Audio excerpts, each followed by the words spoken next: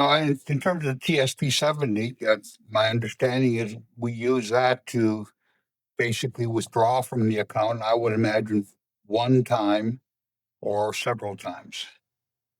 I think what it's basically doing is giving us the authority that it's our account by submitting that. Yeah. In part 4, it says, I like to withdraw my entire account balance as follows in a 100%, or, I guess you put saying 50% or whatever you want. Right, right. But at the bottom, it says 100% total A, B, and C, percentage of A, B, and C. Well, I guess one is what you're leaving in, Yeah. whatever it is, A, B, and C are, they have to add up to 100%. And if you're taking out 100%, that makes the other two zero. Right. And we probably should, it says they want to know like where your checking or savings account is. I guess we'll have to set up the postal checking account. Well, this is where uh, Patrick says we really need to have this 98 EIN foreign grantor trust set up, because that's the purpose of that, is to house the whole funds. Right. So we It's Patrick. I'm on the line. Yes, Patrick. Okay. Here's the deal. Okay. In most cases, either take the money away from them or they're going to screw with you.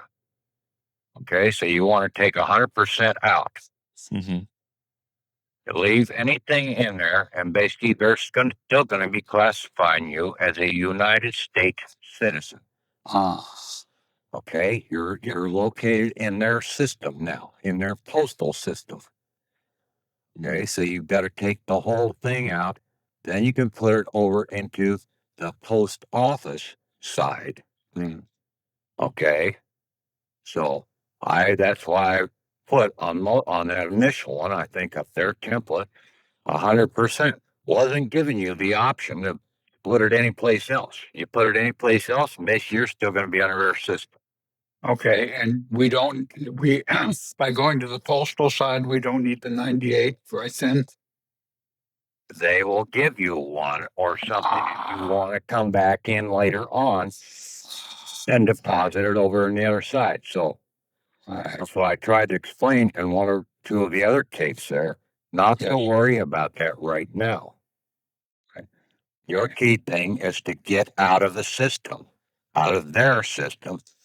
And this is under your redress, right of redress of grievance. Right.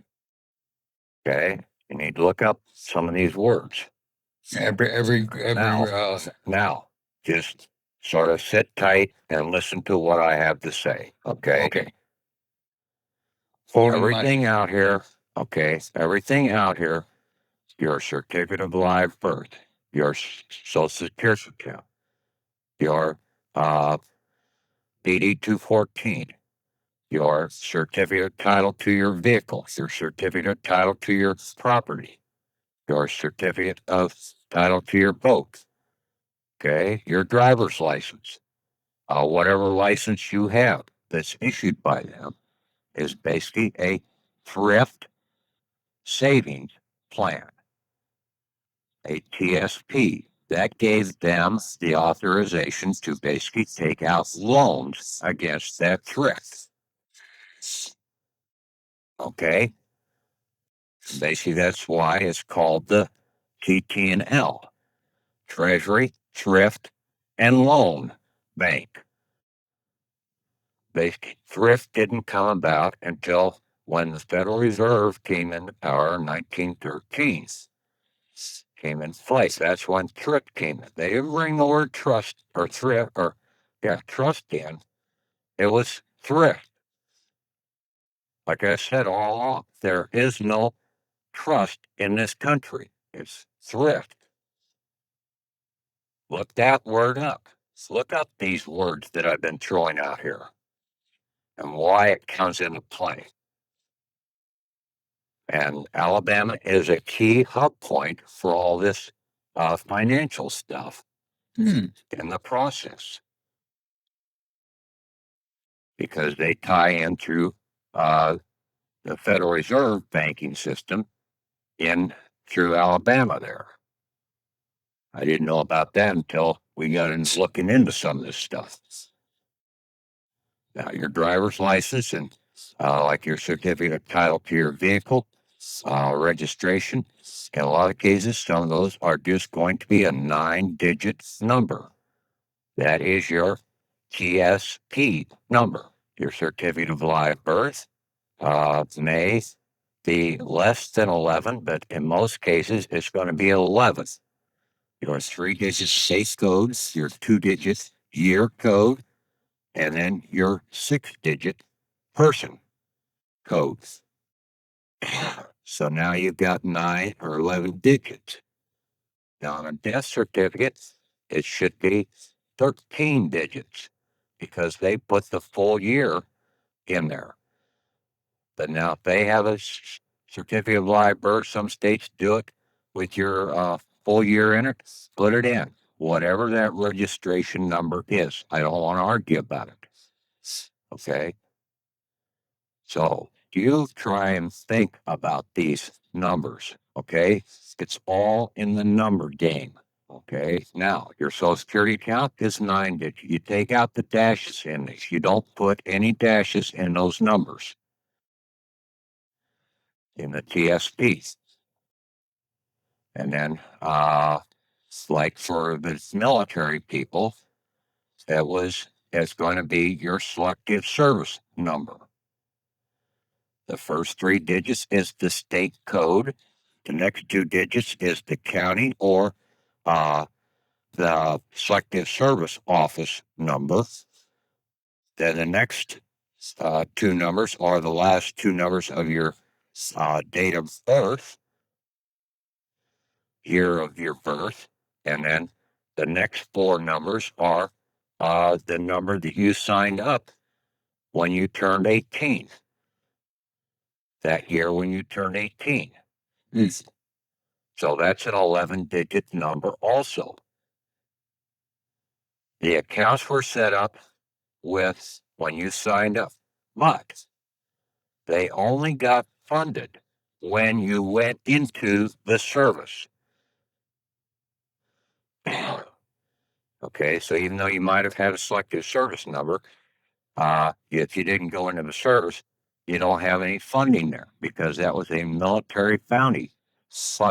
Okay, so when you get an honorable discharge, then you have proof that you did federal military service. Then you have put that in there with your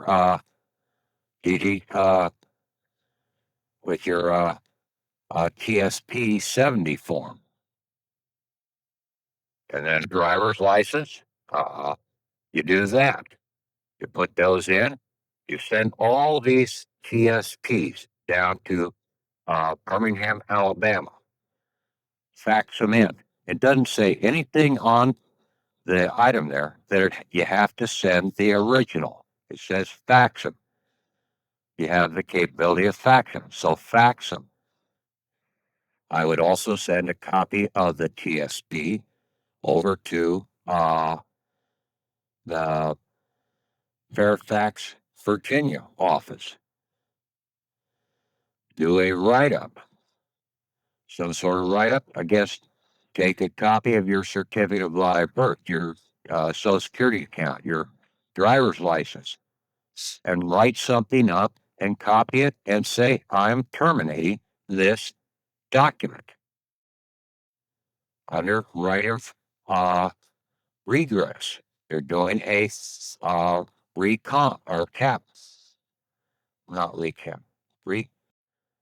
recaption, okay, of the items. You're basically the American citizen, and you're coming in and claiming your property from this foreign corporation. The United States Corporation is a 14th Amendment foreign corporation per the Constitution. It was never a state authorized by the Constitution. It's a foreign state. So we come in and write it up. We can do a letter of marque.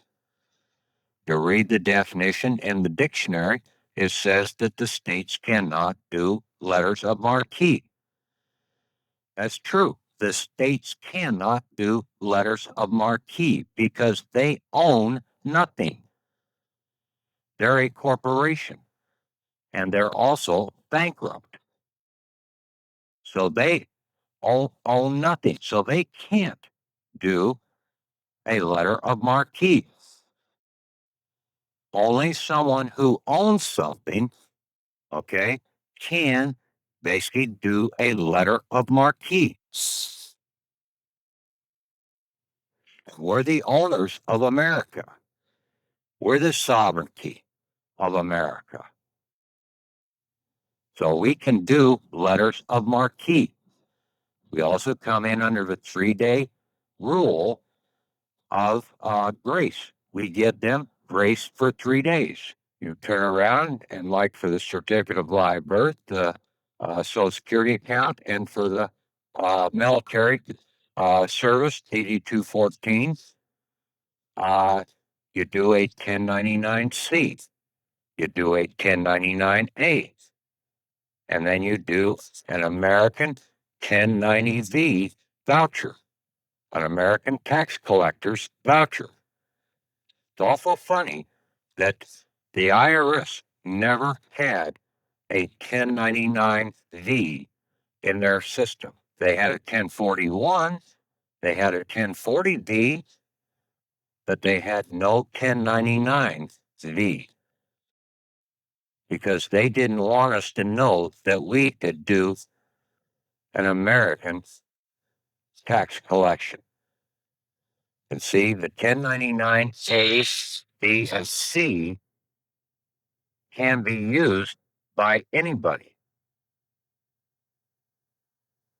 They have to know their codes, their federal identification codes, and that was one of the key points was deciphering that code to be your zip code dash your 4-digit number, box number, your zone number. That's the code. Where is your depository located? Your mailbox is a depository. Okay. So the funds come out of the depository into your depository at your postal zone number.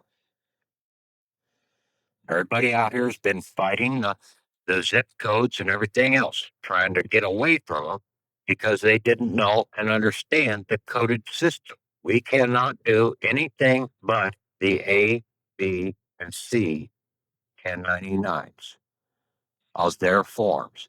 That's why you were only told in school to learn your ABCs.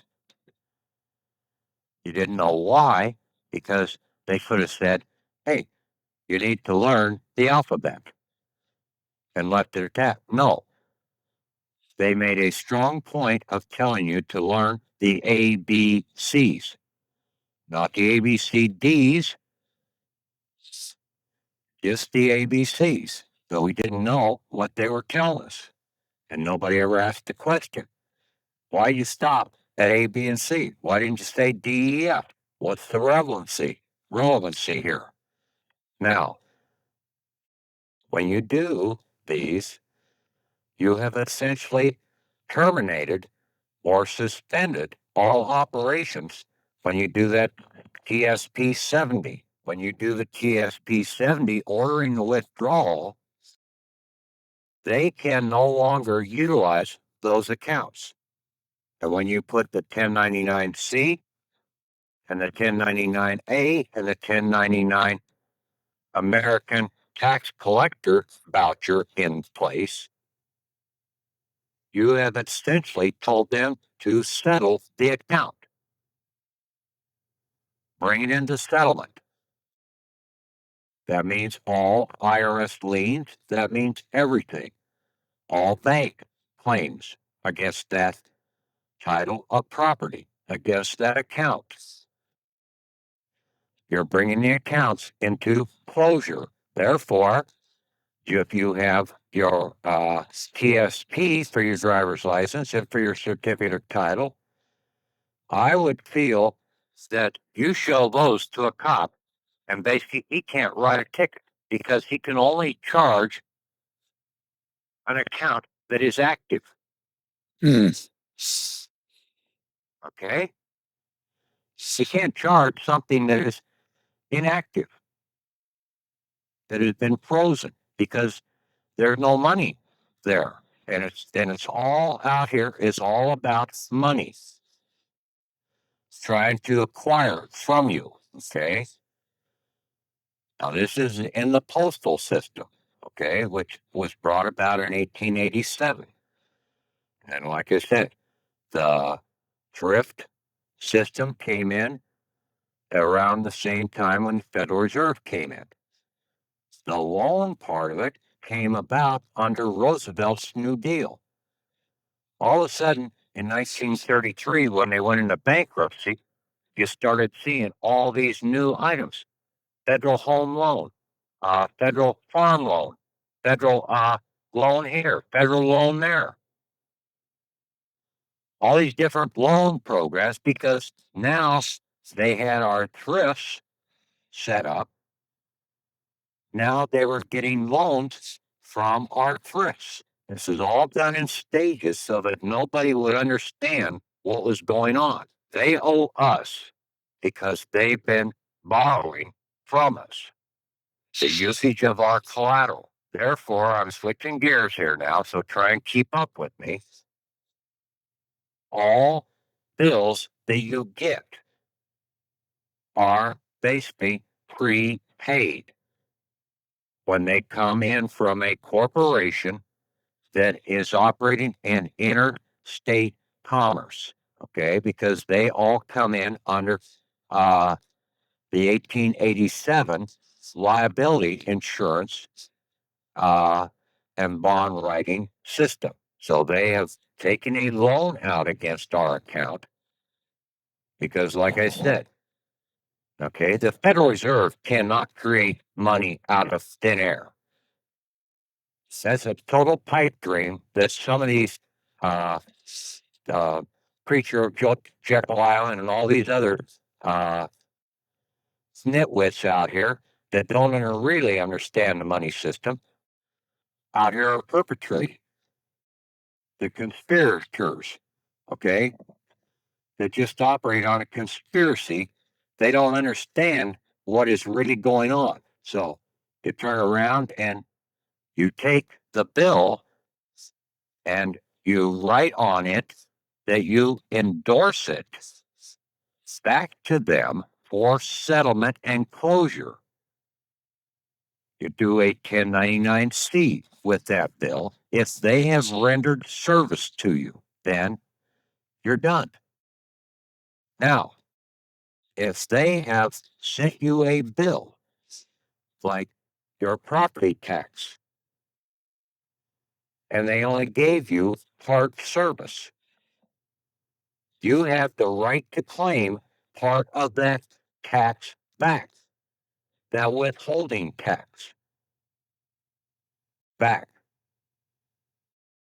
Good example is if you have no kids out there and you're paying your property tax, and most of your property tax is school taxes out here.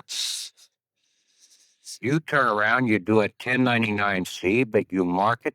Yes, the outfit is liable to pay the debtor is liable to pay the bill back.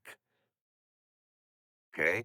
Then you do a 1099-A and claim, say, you're claiming back the school taxes or whatever taxes that are on there that you did not receive services for. They can only tax for the services that have been rendered to allow for you to have the set off for those services. But if they have not given you any service, you have the right to claim that back. You can't claim the whole thing back because you have been given some services out of it. Now, if you paid the whole bill out of your back pocket, you can claim that one back, but you have to do the 1099-C to cancel the other one. You can only claim one of them unless it's, like I said, on the services that you're going to do. You can do, you paid out of your back pocket, you're claiming that secondary payment back against the account that they've taken from you. And then you're going to claim back the school taxes also. So you'd have to do two 1099-As. Now, when you do a 1099-A, you also put in this American tax collector's voucher against that corporation. Okay, I put the example up on that. We are the American tax collectors. Even in Jesus's time, one of his ambassadors or disciples or magisters by the name of Matthew, that means that's one of his persons, was a named tax collector. Okay, one of the guys told me that there was one of the other disciples that was also known as a tax collector, and I said, What- "Yeah, well, wasn't- that guy was probably a tax collector for a different tax that Jesus was out there operating in." See, you got state taxes, you got federal taxes, so you might be able to use a different pseudonym under each one of them. It all depends on how you signed up. I've signed up for Paul Divine in some cases. Some cases, I'm just Patrick Divine. Those are my disciples, my ambassadors, my magisters, my pseudonyms, my aliases. They're all the same thing. Jesus wrote the New Testament under different pseudonyms. Now, people can comprehend that. They might be able to comprehend the rest of this because this is really an accountant's nightmare when it comes down to it. But when you can start seeing how the accounting took place, then you can start making sense out of it. You get a bill or a receipt from the post office. Okay? Every company in this country has to borrow funds. They own nothing. They have to zero their accounts at the end of the year. So they have to take out a loan by way of the Treasury Thrift and Loan Bank. Therefore, when you get a receipt from the post office, you look at the top of it. It should have the city or the post office, like in my case, Sigourney MPO, Main Post Office. Then it has the address, our location, and then it has their zone number. Okay, that they're usually using. Then it's got another number underneath that. That other number down below that is the machine processing number. The machine is the bill writer. Okay, so there's also an account attached to that machine bill number. You have the value of those stamps or whatever you purchased. You come all the way down towards the bottom and you will have a bill number. And then you have the clerk's number. You can add all of those receipts up from the post office. You do a cover letter addressing that you're coming back in to claim that property. You do a 1099-C, cancel the debt that basically they have borrowed there, but they're still liable for the repayment of it. Then you do a 1099-A along with that for that value. and also do a 1099-V voucher. A voucher is also a warrant. So basically, if they do not comply, you can take that warrant down to the sheriff or to the U.S. Marshals and have them go and collect that value. Or take it to a court. You go into court as the plaintiff. They are the defendant. Okay.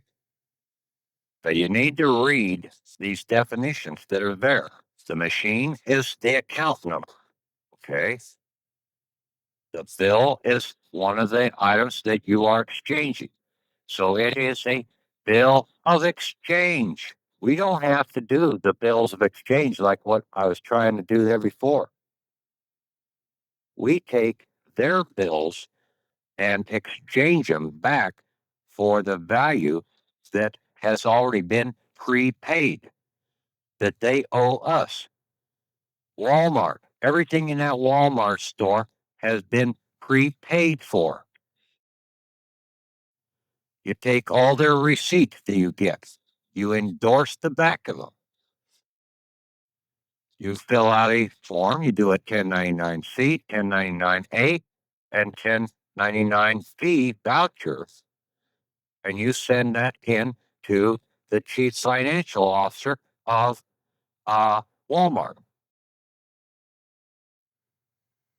Are you correctly saying a 1090V or 1099V? 1099-V. Oh, there is a 1099V. I thought you said there wasn't. No, that's There's one that I made up. I had to make it up. Oh, okay. Yeah, there was no 1099-B in their system. Oh, okay. That's what you're saying. Yeah, they never made one up Right. because they didn't want to have it there for us. Right. Okay, I got you. Yeah. We have to make up the voucher because we're the tax collector. Okay. See, the IRS is, look at the title. Where in the IRS does it say that they're a tax collector? Nowhere. They're a tax informant. They're a tax servicer. But they're not a true tax collector. You are. You have to go out and collect the taxes, all those tax bills that come in. We have to do a 1099-C to offset them. All the taxes are owed to America, to the United States of America, not to the corporations.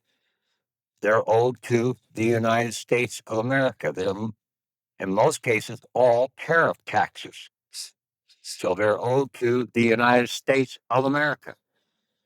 You are the United States of America, the land of the United States of America. You are not the United States Corporation, the 14th Amendment citizen. You are an American citizen. An American citizen is a United States of America citizen. They shorten the phrases down, and then basically they've gotten everybody not to understand which one is which. So when you do this, TSPs, you are essentially doing your expatriation away from that. Yes, when you close down all your accounts, they have no lawful claim of you being a corporate citizen any longer. So the TSPs give us TSP 70 gives us our exit of the system. Yes. Okay. Over all items, because it is a USPS / federal / state of treasury thrift and loan depository account. It's a savings plan that basically was saving your assets for you. You just didn't know how to come in and claim your savings to go And into court. we People actually have to use the word thrift savings plan. right. Read what it says about the legal department for the thrift savings plan out of Fairfax, Virginia.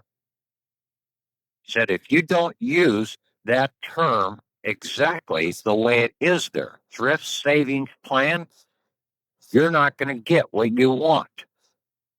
So you go into court and you argue, you're the trustee or you're the beneficiary of this Cesta K trust or all this garbage. You're not going to get access to your thrift savings plan and have it set off. All these people have been arguing the wrong account name. They may understand some of the process, that yes, everything is prepaid, but they don't understand the whole process. They don't have the right zone number, zip code to basically operate in the system and be able to come out of the system. So Now, I told you. Okay, go ahead. Birmingham and Fairfax are part of the TSP system.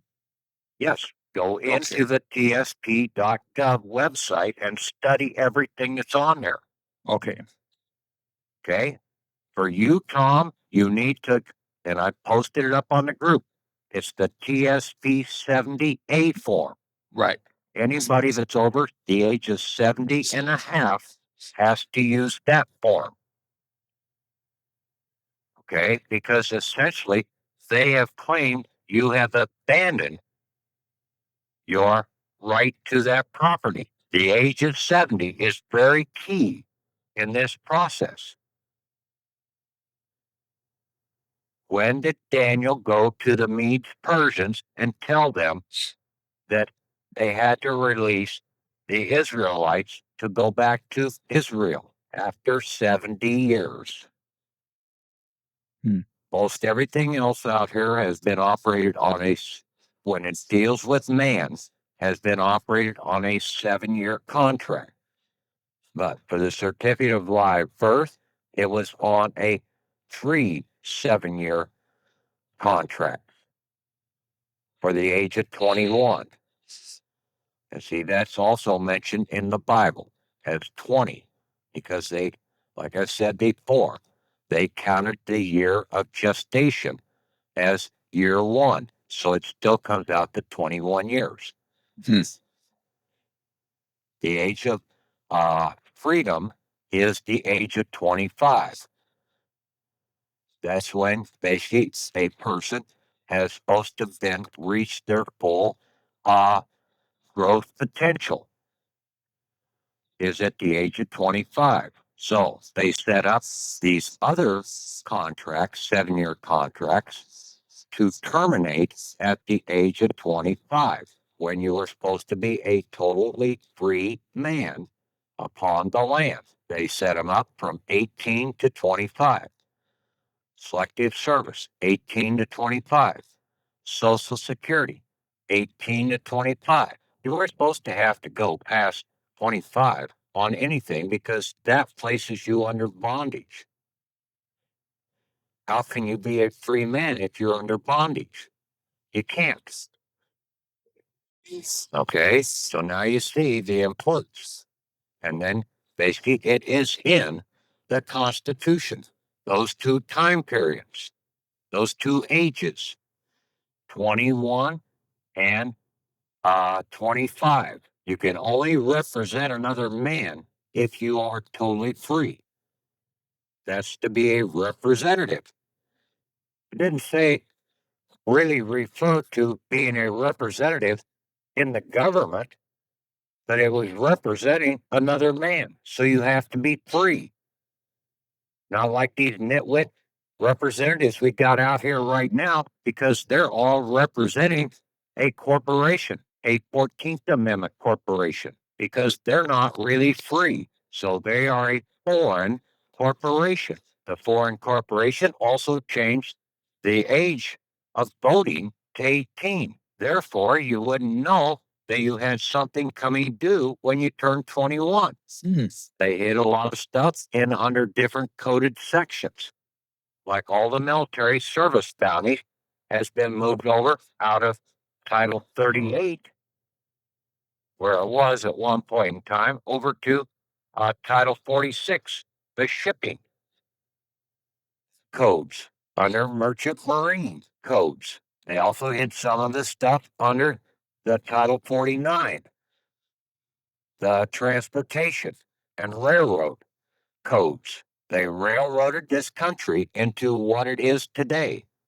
The bankers did. They killed several presidents, Lincoln, Garfield, Kennedy, to try and keep this railroad system in place. Always check out what was also being transpiring at the time of the death of these presidents.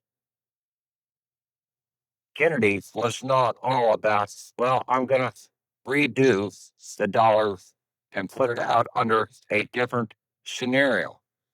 No, he also signed the last item to bring about the military bounty and place it under Title 46. He was a supporter of the American serviceman. Bush and the other bankers that we've had for corporate presidents, they don't support the serviceman whatsoever. They want to make money off the servicemen, so they put liability insurance policies out against them in the tune of millions of dollars. And then they hassle with the widows of those servicemen for even giving them a $30,000 death benefit. These corporate shysters out here have been the destroyers of America with their insurance schemes that they've been writing out here. Their bondage system. Now, I've given you the means to come out. I got a letter back today from Birmingham, Alabama. The first fax that I sent into them, and be careful when you do a conversion, especially if you're operating between two different computers. I had all the form filled out on one computer in a PDF format. I copied it onto one of my hard drives to go and print it out, and I just hit the button print to print it out. Well, it didn't print out all the items that I had filled in. It left out the account number. So on the first fax, when I sent it into Birmingham, Alabama, the first fax did not contain an account number. They had my address and everything on there, but because they got that right and sending it back to me, but they came back and said, well, basically on your fax request, you didn't have an account number, so we can't do anything. So resubmit it. Well, I'd already resubmitted it that same day because I caught my mistake. But see, you always need to double check a lot of items when you're doing this. Okay. I got in a rush this morning. I sent a fax off to Donahue. I put it in the machine, punched the button, and let it go. I went out and smoked a cigarette. Come back in, just about the time I finished the cigarette, I said, oh shit, I forgot to sign the damn things. So I had to pull it out, sign everything, stamp it, seal it, and put it back in and send it back out again. I got in too big a hurry. My fault. 99% of this whole damn process out here has been our fault. We have to take on the responsibility. We have to acknowledge that we are the ones that have been making the mistakes. We've been operating under the wrong presumptions. And in a lot of cases, listening to a bunch of these pay or for hire gurus out here, misleaders that are deceiving the people, not trying to understand anything, just make money off the people that want to try and get out of the system that they're not really helping them one bit. All this accepted for value, all this other stuff. Well, I got relief here. You go and try it, and basically you can't get it. What's going on? Is somebody lying? I have a damn good feeling somebody was lying to get into your back pocket, just like the bankers the lawyers, the ministers, and everybody else has been doing to you all your life. These shell shipers or whatever shysters are doing the same damn thing. Guru shysters, we might want to call them. So now I've given you the means and hopefully the understanding of how to do this. With the 1099As, you need to order. And I would say I would order 90 just to have them on hand. Whether you use them all or not, you can always order more, but get them ordered. 90 1099As. You shouldn't need too many 1099Bs, so I would order just 30 1099Ds. You'll need a bunch of 1099Cs, so I would put as many 1099Cs as you ordered for the 1099As. 90 of them. Then you can consolidate when you do the filing of those, because there's normally 3 on a page of the 1099C and the 1099A. There's 2 on a page for the 1099B. You can't separate the copy that goes into the IRS. You can separate the 1099B copy and the C copy individually. Okay. So basically, roughly about 30 1096 forms should be enough that you would need.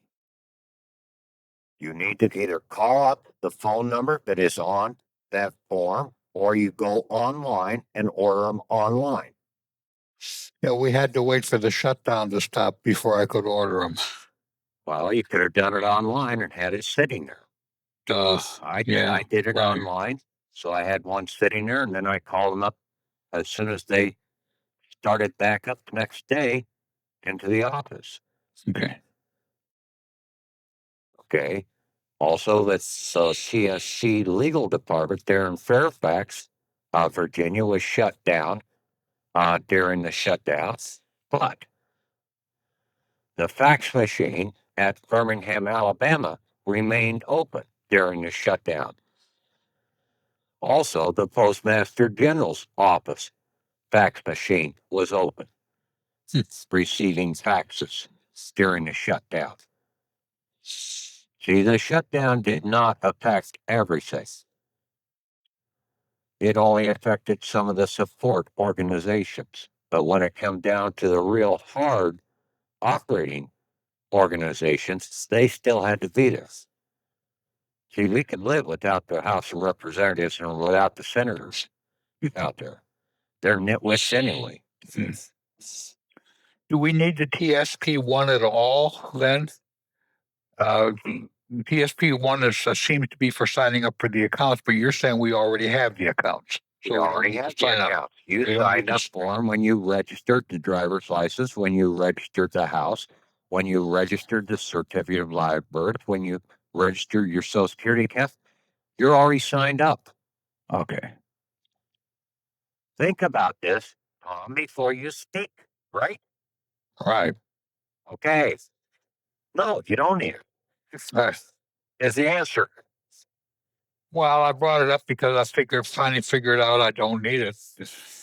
Yeah. I was thinking I did, but the way you explained it today, now I see I don't. No, you don't need it. You've already got the accounts. Okay. Right. You've got the document. And these are post-note accounts. Look at your certificate of live birth that comes from the state.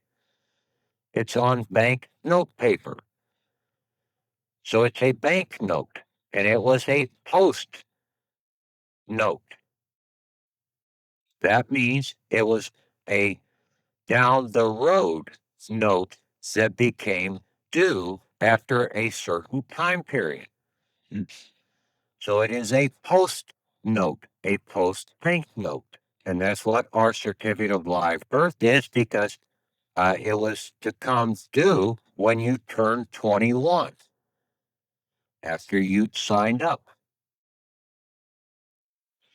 But that doesn't mean that you can't do one of the other forms and do a withdrawal from that account before you turn 21. You go and you graduate from high school at the age of 18. You want to go to college. I don't know why, but everybody in this country thinks they need to go to college to learn anything. Well, I hate to tell you that you ain't going to learn much in that damn college. You'd be better off going to a library and sticking your head in all the damn dictionaries in that library. Learn the words.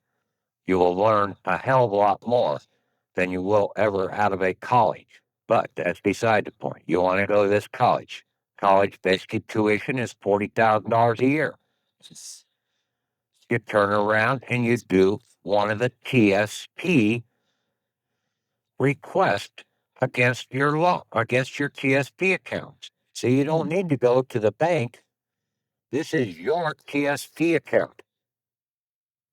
So, and I forget which form number it was, but there's one there that you can do against your TSP account if you're like you haven't reached the full age of 21 yet to terminate and withdraw that whole TSP account. I'm gonna find that out. My granddaughter needs that. How old is she now? She's 18. Turned 18 last December. Or she'd be better off trying to find a guy that knows what the hell I'm talking about here and latch on to him than trying to go to any damn college. He goes to college, she's just going to get another misunderstanding of education, another control factor in the whole damn process. I can help her with some of that. Tell her to take up accounting, homeschool accounting. Learn how to operate the system. Tell her to start going and become a multi-millionaire Walmart dipsty dumpster diver. Yeah. Most people throw their receipts away.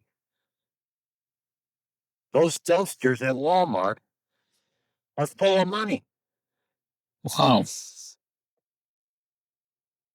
Dollar General, any interstate commerce, all your gas is paid for. It's through a organization, either like in most cases, BP or Casey's or some other interstate corporation. Come and go.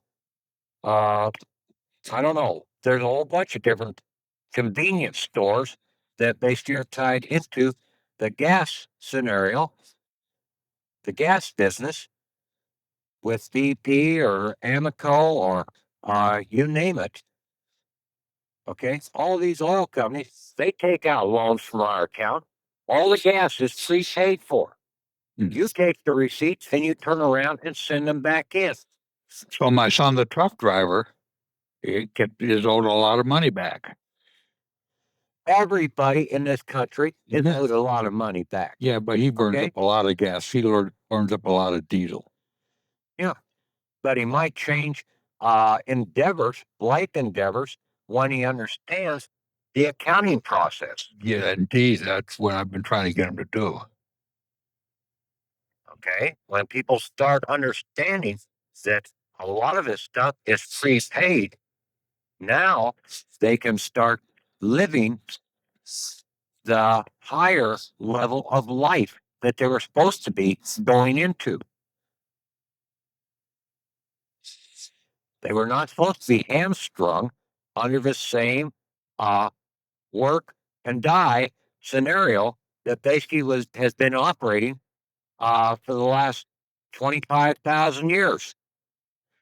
From the Egyptians' time frame and Moses' time frame, all the way through the Dark Ages and everything. No, we were supposed to become enlightened. And the only way you can become enlightened is when you break free and start understanding how Mother Earth was giving all of this to you for your benefit out here. But no, we wanted to play that we were smarter than the average bear and we knew it all. Okay. Throw it open for questions. Thank you, Patrick. That really is a whole lot of information and understanding. I appreciate it. Anybody with questions? Hi, Patrick. It's Geeta. I have a question. Okay. Um, I was looking at the DD 214, the military one. Do we need to still access or get information on that? I told you about that. Okay. If you have a selective service number, that is the TSP account number. You know, it's funny because I was in the Army National Guard in like when I graduated high school in 75. And then my dad made me sign up to go into the services. So I went into the National Guard. And I can't even remember what my service number was. I Yeah, don't know. well, It's see, probably you more than likely didn't have a selective service number. Selective service was only applied to the man. Now, okay. you did service, and basically you probably had a service number assigned when you went into the service. So you would have to use that number. Okay, try and find that number and then do a check to see whether they set up an account. See, women were not supposed to be in the service. Well, there was a bunch of us there. I know, I know. because you didn't know your life responsibilities. Okay, Mm-hmm. most of them didn't know how to cook. I mean, half of them still don't know how to cook. Okay, they don't know how to sew. They don't know how to do half the things that basically a woman was supposed to learn and be under the protection of a man. They didn't know how to go out and find the right man to live with to begin with. So They I'm were gonna. never told what they were supposed to be looking for out here, because basically our parents didn't know what they were supposed to be looking for either. So how can you tell somebody? And that's what I get out of all these colleges. Why would you want to go to a professor in a college that is a total failure out in the real world? Mm, You'd be better off going to a master person for the operation that you want to be in. Go and become an apprentice under him or her. Learn what they did to achieve their success. Now, there's no teacher out there that is very successful in the educational system. They have been users of the young minds in more cases than anything else. They're rip-off artists. You do learn so much more when you homeschool yourself. Independent studies. Now, when you go, especially when you go and start learning what the words really mean and find a good dictionary like this Anderson's Law Dictionary, to where it explains the words 100% better than any of the corporate Bouvier's, Valentine's, and Black's Law dictionaries that were written by the Bar Association. All right. I'll just hold off on the DD 214 because I can't even Well, remember. no, check it out. Okay, you're going to have to do the thing. You need to check Yeah. and see what were. Look for your original, some of your original enlistment papers. Okay, and then also look on your DD 214 when you got out. You have a serviceman's or a merchant marine's discharge, so they had to have an account set up. Yeah, it's just Now, service how number. that But account is, it's going to be different from a man's account. Yes. So go dig up your records. Yeah, no, I'm looking at the form right now. It's just service number, but it says in parentheses, if unknown, write unknown, and they'll help look it up. Yeah.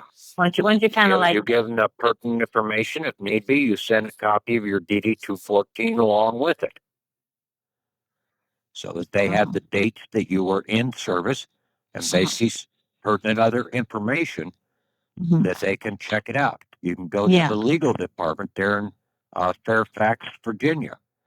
Yeah, it's a form. It's standard form 180. Yeah, but like Requesting. I'm saying, you need Uh-huh. to try and find some of your original enlistment documents when you went through boot camp.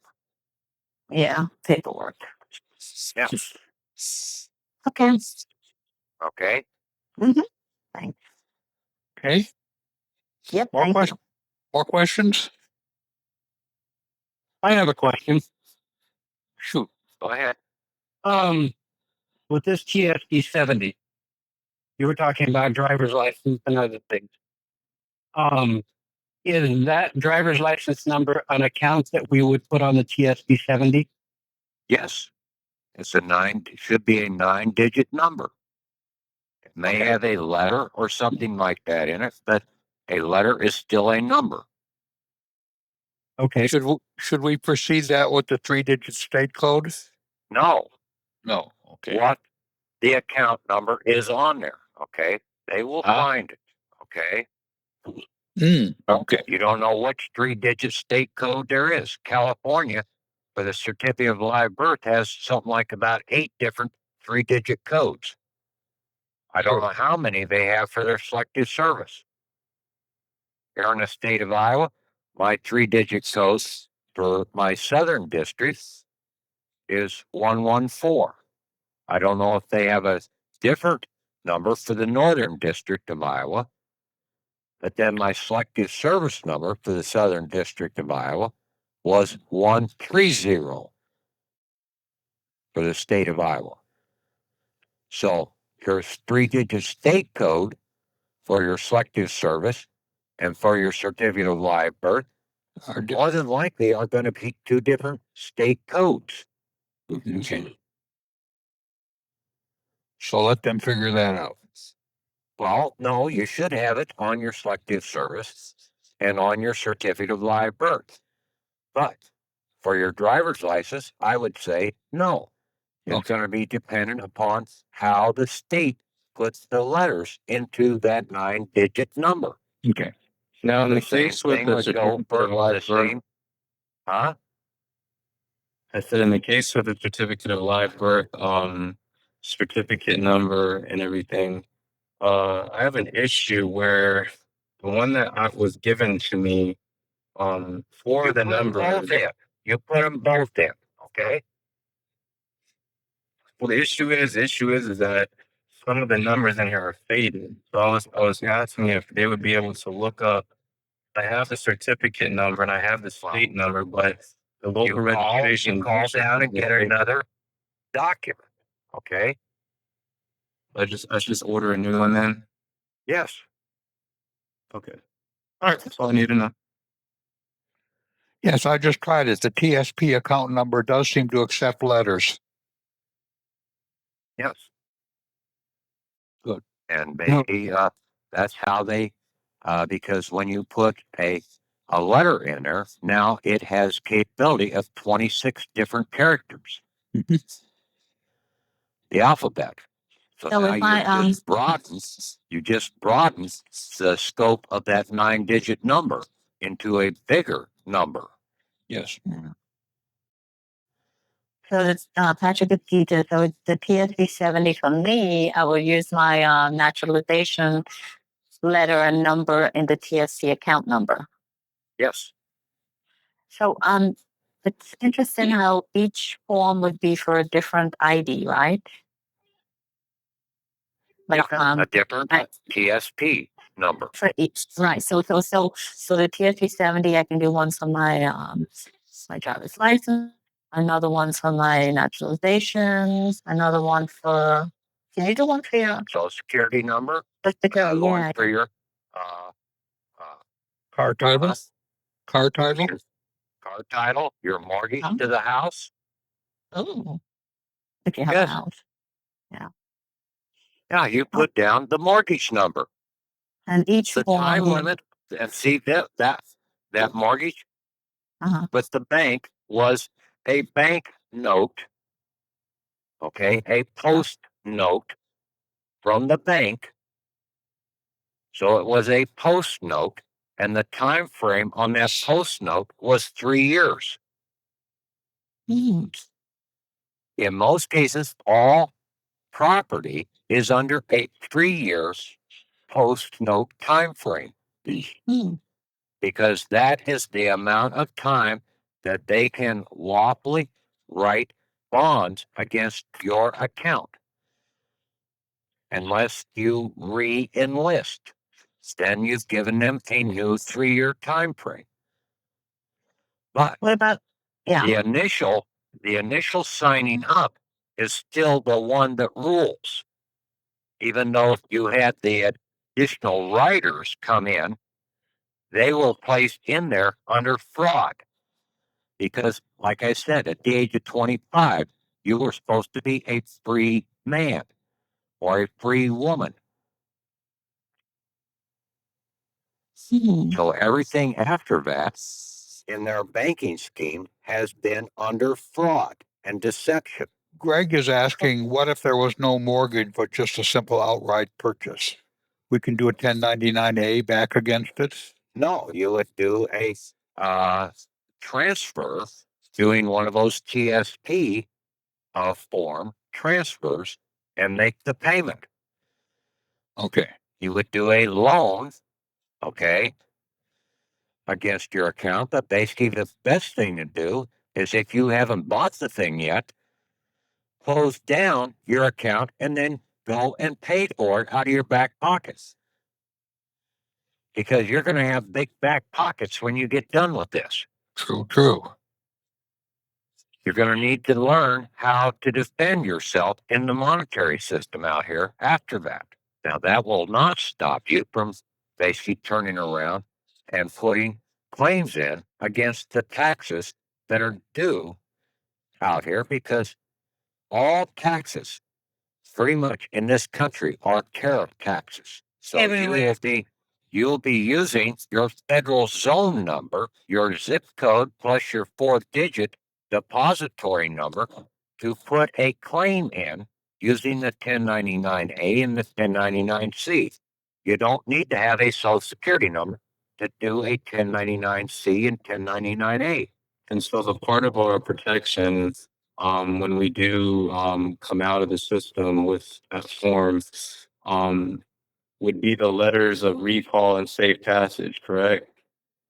Well, you should have those in just to have them clearly identify that you know who you are. Okay. Okay, awesome. This thing is very powerful in understanding. It's all through the postal system. When you see, and it's all about accounting. Can I say something? No. Go ahead. Hi, Patrick. Hi, everyone. No, What you I got? wanted to make a comment. I have been perceiving lately more than ever, and I like a lot that you were able to voice today what I have been seeing for a long time. You said earlier, 90% of the time it's our own fault. And a lot of people and some of us in some point had been blaming others for our own incompetency. And then a few minutes ago, just like a couple of minutes ago, you said you need to learn to defend yourself. I like to use words. I'm not being critical. It's constructive criticism. It's nothing we are going to defend ourselves because somebody's attacking us. But they are attacking us. Wait a moment, let me finish. You know that I have trouble communicating, so please bear with me. I'm slow. We need to learn how to function in in commerce. Learn a little bit. What is it that we are doing? If we are going to get into these, we need to learn. Yes, you need to learn accounting. Exactly. To me, a lot of this is it's a little bit easier to others because I went to business school for 2 years. So I understand the general concept of debits and credits. But I see how negative can be to have that position. They are against me. They are doing something to me. Well, you know what? You will do it to yourself if you take an action and you don't know what you are doing. And Yes. what Basically, that's what I'm trying to say. You need to learn how to do, and basically, everybody in school was taught to learn the ABCs. I like that part. Okay. Mhm. And see, that is very key. Okay. They should have just, if they wanted you to learn the alphabet, they should have said, learn the alphabet. Okay. What the hell's ABC got to do? That's just three of the damn alphabet. No, it was something entirely different. But nobody ever questioned. And see, that's the problem. Nobody questions, asks the right question. Exactly. Okay. So until you ask the right question, you do not know how to defend yourself against the questions that are being coming at you. Right? Because if you are, Okay. And see, you do have to defend yourself. Okay. You have to learn how to defend yourself. we need to learn how to move in commerce. Well, yes, but that is defending yourself. We Okay. are concentrated, Okay. defending Okay. ourselves. So we're not going We to don't. carry this conversation on any longer. This has no bearing on this subject. Okay. No, it does, Okay. Patrick. No, it doesn't. does. Okay. Now, if you have a question about what I was talking about, ask that. All Okay. right. I'm going to do. Okay. Thank Okay. you. Okay, any more questions? Well, I think Patrick has given us a whole lot of information. I'm certainly going to get to work on this full time. I thought I was preparing, but he's really given me a much more complete, compact, comprehensive understanding of it tonight. Yeah. See, we were supposed to be the creators. Okay. Out here. That's why I created that 1099 fee, because I know I'm a creator. Okay. You can do the same thing. Take that, modify it, start bringing your creative processes to the forefront. Start thinking on your own. There is more to this, not much more, into this whole process. You come up with some good idea, put it out there to the group. Okay, that's what basically that group site was supposed to be there for, was for the sharing of ideas and knowledge, not to just see a one-sided scenario. One person does all the legwork. You come up with something good, post it. Don't try and copyright it because it's already been done before. Okay? All these copyright gurus out here, they ought to be lined up and shot too. That David Wynn Miller and his garbage. Wow. I mean, talk about a complete idiot. Oh, he's got a 200-degree IQ and everything like that. That's total bullshit. Listen to the guy. He's a complete moron. 28 hours of it. Yeah. He's still a complete moron. When I found that Da Vinci quote that I posted, I thought of you immediately. There are those who can see. That's you. There are those who can see when shown, and that's really what we're working on. You're showing us. And then there are those who can't see. And then there's those that will take something and put it into action. Okay. Yes. And there's others that'll sit on the fence and just want to just sit there and bitch and moan about the whole damn process. The bitches. Okay. They sit on the fence and basically they want to wait until somebody shows them something and then they might or might not get off the fence even then. Right. I mean, this is life keeps moving, okay? You've got to be moving. You can't be a sitter. Life will pass you up before you know it if you want to sit around. You want to fight and defend America? You need to move, okay? These guys are very piss poor shooters, okay? So when you're moving, they have a hard time hitting you. But if you sit still, more than likely, sooner or later, they're going to luck out and pick you off.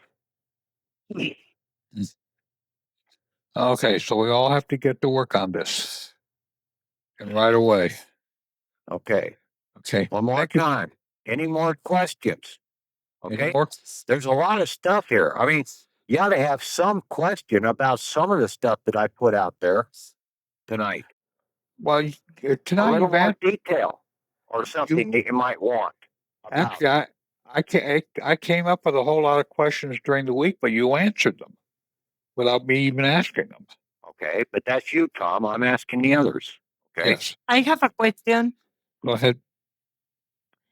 I came late into the call, like about 15, 20 minutes late. I'm wondering if during the part I missed, if you shared, have you have any response of what you had been doing for 3 weeks, Yes. Patrick? Okay, I got a response back from the TSP. The first fax that I sent in, basically when I copied it from one machine to the other, it didn't print the account number. So I got a letter back from them saying that we cannot process your TSP because it doesn't have an account number. Well, I caught my mistake later on and I sent the fax back in. But see, Interesting. this is the right place to go. Right. These are TSP accounts. They acknowledge that. Yes, they acknowledge that basically there is an account. You just need to get us the account number. Excellent. Very inspiring. Thank you, Patrick. Yeah, and several other things that basically, in some cases,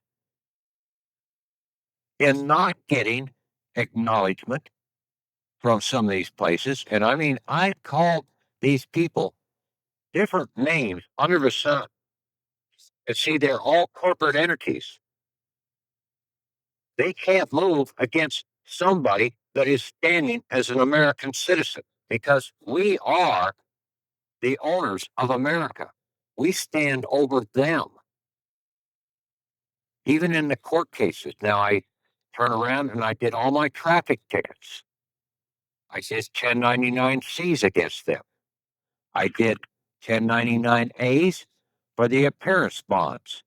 I did 1099 these, or I did 1099-As for all the second payments that I made out of my back pocket.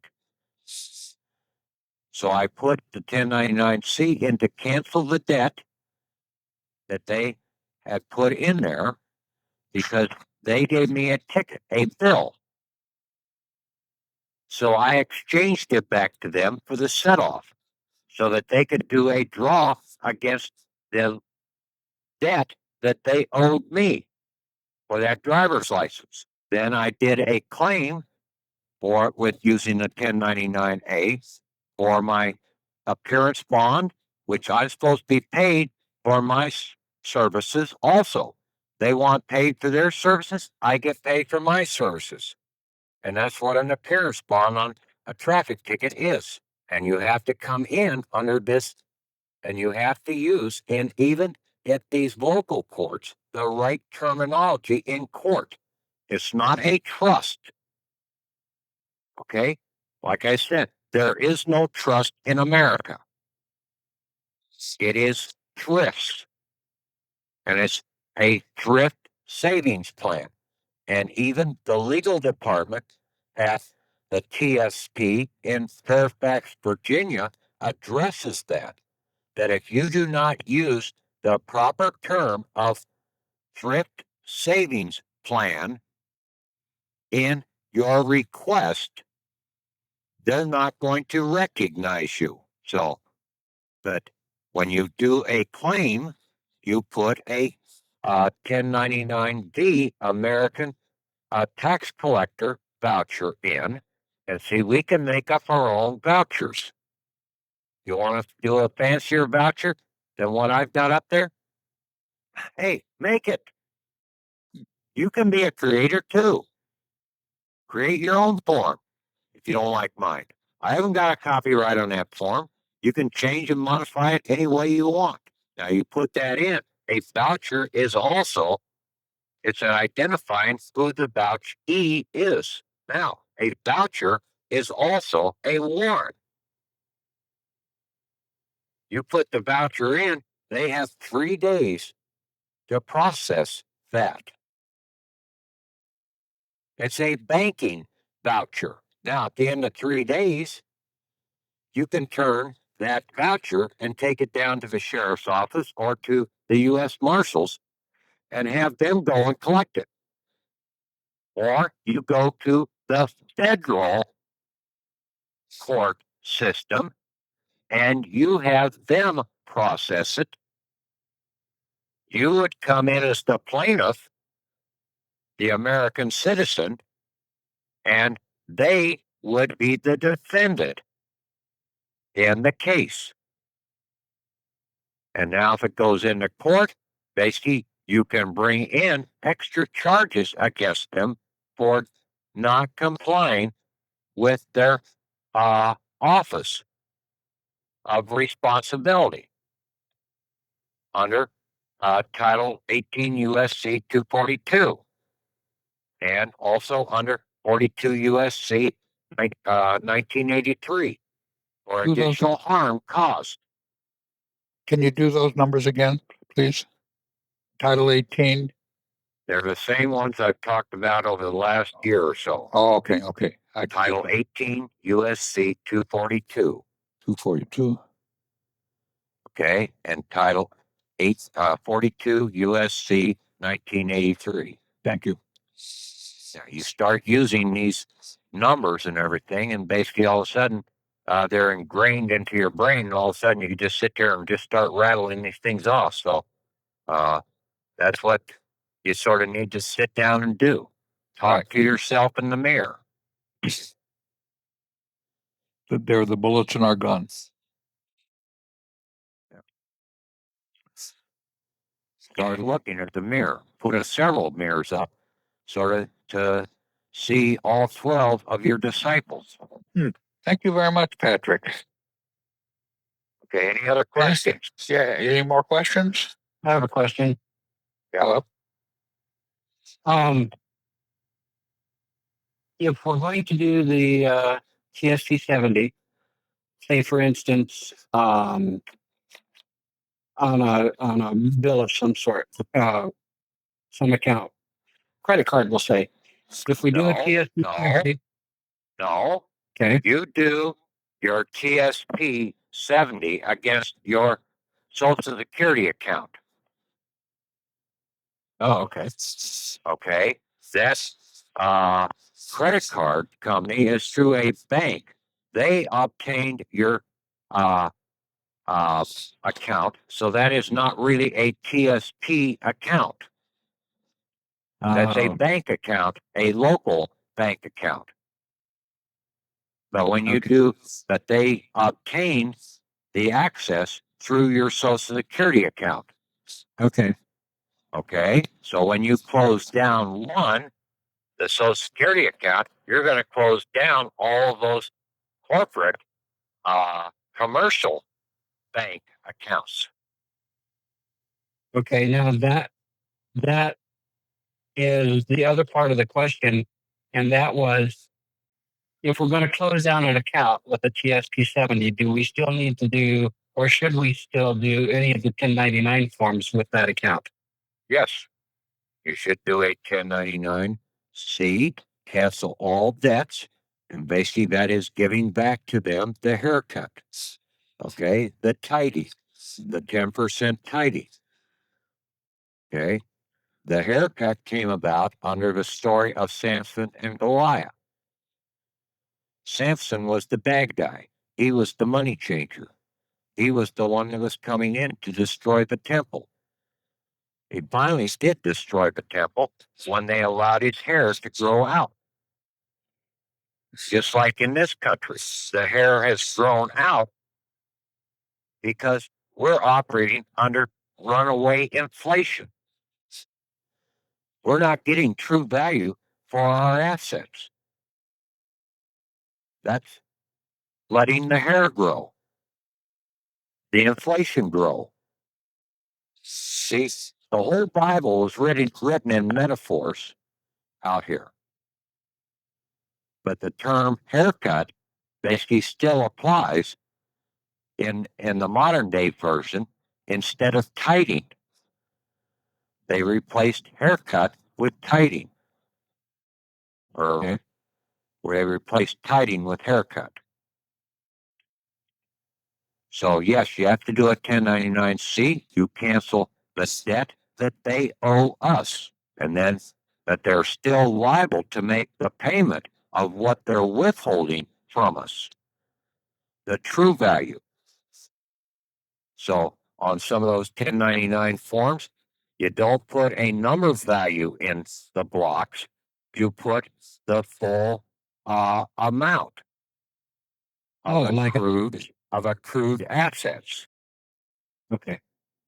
Now, you don't know what the account is.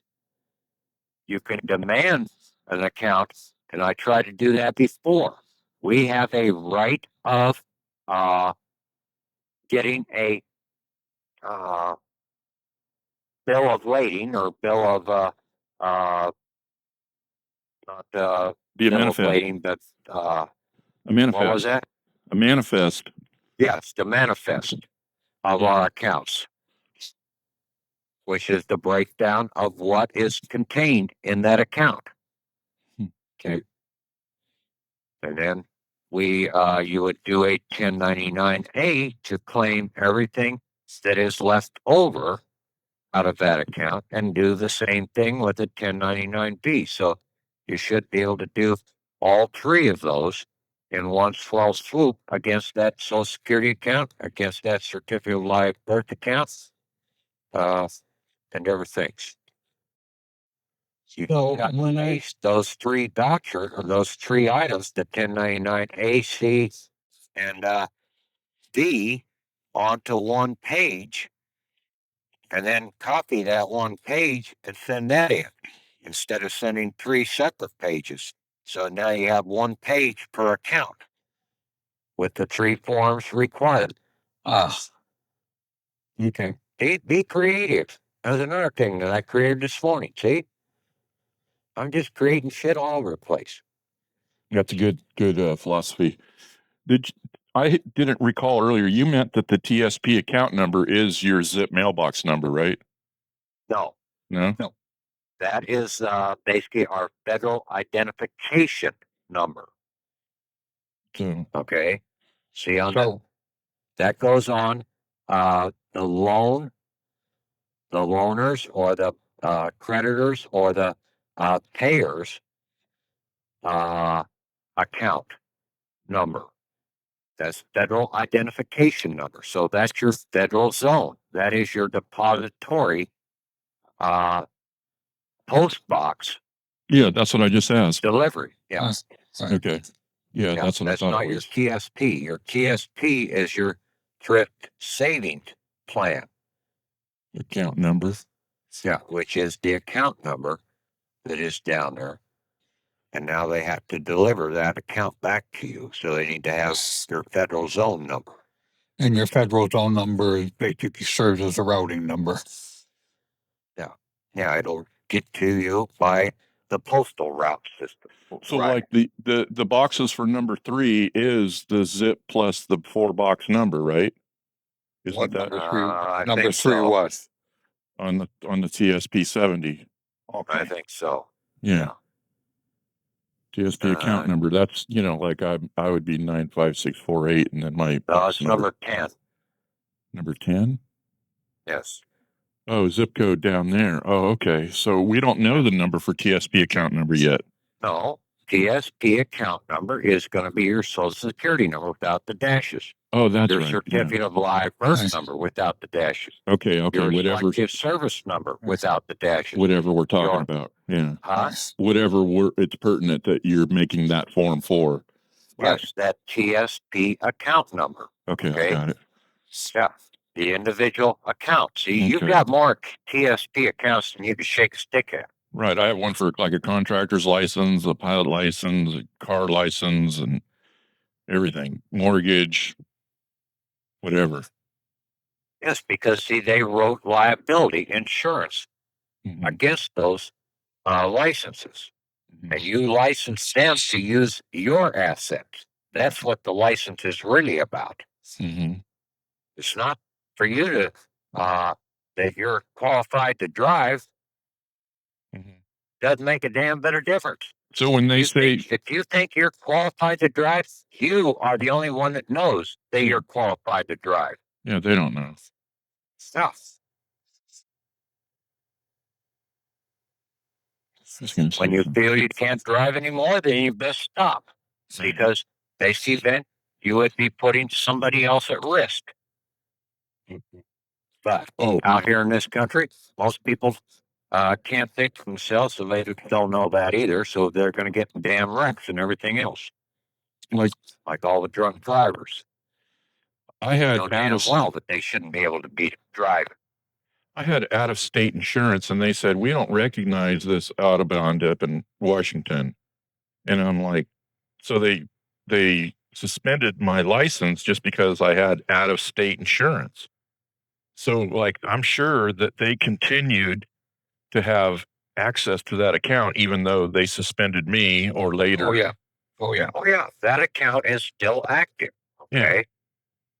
Now, Because they prescribed me wanted back you- into it after I've been out of it for so long. They prescribe you back They in. wanted you to get back into the Ohio because Ohio or Washington or wherever state it is, they weren't making any money off of your insurance policy.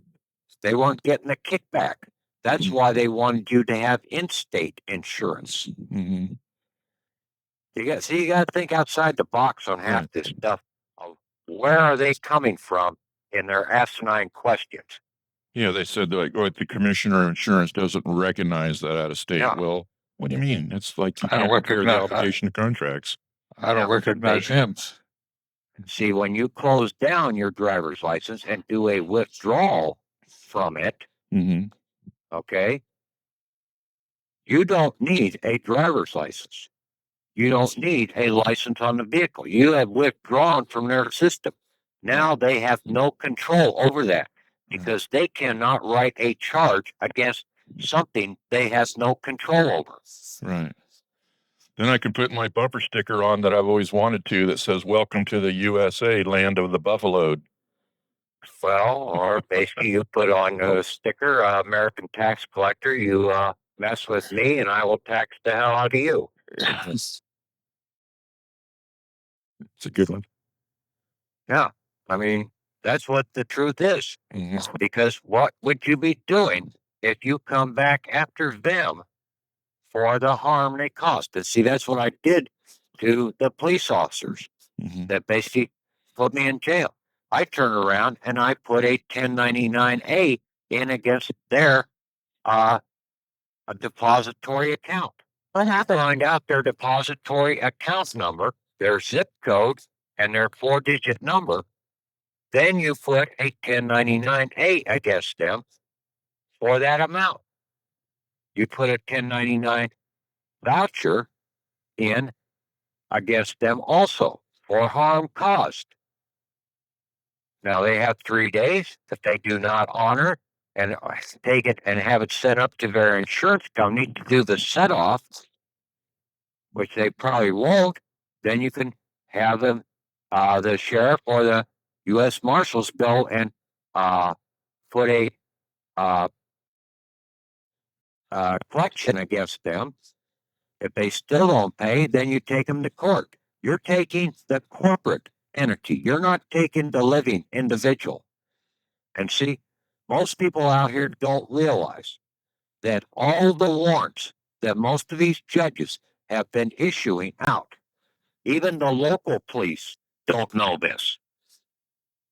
That warrant is to clearly identify who is to be arrested. None of those warrants clearly identify who is to be arrested. They cannot arrest an American citizen unless he has caused harm, outright physical harm, and there's an injured party. A United States citizen, okay, a corporate citizen is a fiction. It's the account holder of that document. That is not the living individual. They can only arrest the account. And see, all of these arrests out here have been false arrests under false warrants. Now, the judge signed that warrant fully understanding that, I mean, he had better know the law about issuing a warrant. So if any harm comes to the American citizen from that false warrant, he is also liable. You can go after his bond, liability bond. The clerk of the court processed it, and she is supposed to know her job responsibilities also about warrants. And then also, the police or the enforcement agents are supposed to know. They're supposed to look and see whether that is a valid warrant before they process it. So you can put a charge in against all three in the process for a false arrest of arresting the American citizen instead of the corporate United States account citizen. Now, take a look at the IRS. Is the IRS a tax collector? No. Their title doesn't say a damn thing about that they are the tax collector. And in most cases, all that they can do is write liens against your assets, threats, and intimidation. In most cases, they're trying to get you to do a 1099-C and a 1099-A. You cancel the debt that they owe, but since you are the American citizen and all taxes out here are essentially tariff taxes against the usage of the Federal Reserve product, all tariffs come back to America. And as an American citizen, you are the tax collector. Only the living can be the tax collector. Hopefully, I made a little clearer sense to you. Made a lot of sense to us, Patrick. I've got to listen to this call at least 2 or 3 times more. I mean, you really packed it in. Yeah, and especially with all, I mean, basically, I mean, you guys would be the richest dipsy dumpster divers out there if you knew what all this is about. Well, I think I'm going to go at that. I've saved all my receipts for a long time. I knew they were going to be good for something. Yeah, I mean, and especially most people only keep the receipts if there's a tax on the receipt. Now, you go to a gas station, there's no tax. The tax has already been incorporated into the gas bill. Right. So normally most people throw all those receipts away unless you're doing trucking or something like that. Do you have to turn around and give it to your boss or something to try and get reimbursed for out-of-pocket expenses? But if you're on your own, you turn around and you take that and you endorse it because it's a bill. And then you send it in to BP or whatever to the chief financial officer with a 1099-C, a 1099-A, and a 1099-D voucher. And you claim that back. Now you've got it in the IRS system. Now, if they do not comply, you've got the CID in your back pocket. Because the CID works for the tax collectors, us. They're our enforcement agents. How would you do that with small merchants? Can you do it? You can't do it with the small merchant if it's a mom and pop store. Okay. They haven't taken a loan from your account. Just the big But all- companies like Safeway that has like the Safeway Club card and all that kind of stuff, or Sam's Club card and all that. They're the ones Well, keeping the account. any interstate, Any any interstate, right. interstate commerce organization. Okay, Walmart. Yeah. Okay, Come and Go, Casey's, Dollar General, True Value, Sears, you name them. I mean, they're all over the place. CVS, yeah. You got a whole bunch of dipsy dumpsters you can go and start making some money out of. Okay, but be careful because basically you start turning too many of them in, somebody's going to start questioning.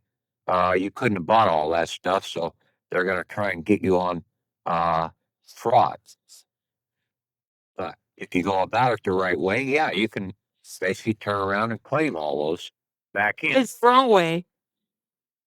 Huh? What is the wrong way? Well, Much. you basically go down there and you pick up 25 receipts for one day, and basically you bought 25 of the same item on that same day. Basically, that might bring about a little questioning in what the hell are you doing? Okay, think about it. Yeah. You got to be sneaky. You got to be in this process. But yeah, you have a right because nobody else is claiming it. Okay. Or honest, right? Just take what you are really using, what you really need, right? That, or basically, you have a right, if nobody else is claiming it, you have a right to come in and claim it.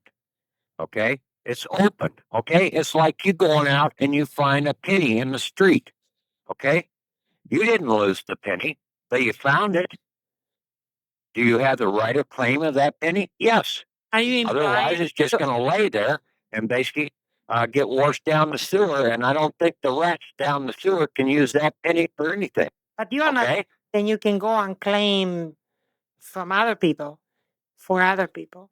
No, you can't take it from other people, but if they abandon it, Yes, if they hand it over to you, okay. Like a receipt, you mean? Like you find Yes. that yeah? If your neighbor, okay, say your neighbor doesn't want to do this, okay, and they give you their receipts, okay, you got basically they gave that to you. You have the right to turn around and claim it then. Okay. They abandon it over to you. Think, okay? Yep. Thank you. Okay. Any Well, other Patrick? questions there? yes. Yeah, Any more? another question. Go ahead. Yeah, go ahead. My birth certificate number is only 8 digits long. Where were you born? Michigan. Okay, it's more than 8 digits. Okay, you didn't get the full account number. Okay, there should be a 3-digit state code that you're missing. Will that mean Find out what that 3-digit state code is. Is your year of birth part of the number? not that I see? Well, you're probably looking at the wrong number then. Okay, you're supposed to be looking at the registration number. Now, in some states, they won't give you that registration number unless you exactly ask for it from the state. And ask for the Because, long. see, that's a TSP account number. Now, you can go to that Bureau of Vital Statistics and say, hey, I need to have a copy of my TSP account number. You got. Okay. They also know it is a long form. Tell them you want the long form. Oh, okay. Patrick, Yes. I have the state of Michigan certificate of live birth. and it's a bunch of numbers, but there is one that 2, 4, 6, 8 numbers written in red. The other numbers are in black. That number in red is probably down at the bottom of the form, and that is a sequence printing number. Okay. Okay. That is for them to be able to track that instrument And in the because that is a bank note. You can do that for a certain value. But we were trying to use our social security number or something like that when we were using those certificates of live birth in that capacity. And it was the federal zone, federal identification number, or federal zone number that we were supposed to be using. in the top, it has other numbers, 6 numbers, and it has a C as in car, S as in Frank. No. Okay. The number you're looking for, okay, since 1948, all states except for California were supposed to be using a 3-digit state code, okay, dash a 2-digit, the last 2 numbers in the year of your birth, and then a 6-digit number. Okay, for a total of 11 digits. Okay, that has been the rule that was supposed to be placed out there since 1948. All except for Form, right? Pennsylvania. All except for Pennsylvania. Pennsylvania stayed on a 7-digit numbering system. Now, some people that were born before 1948 may have a different number on there.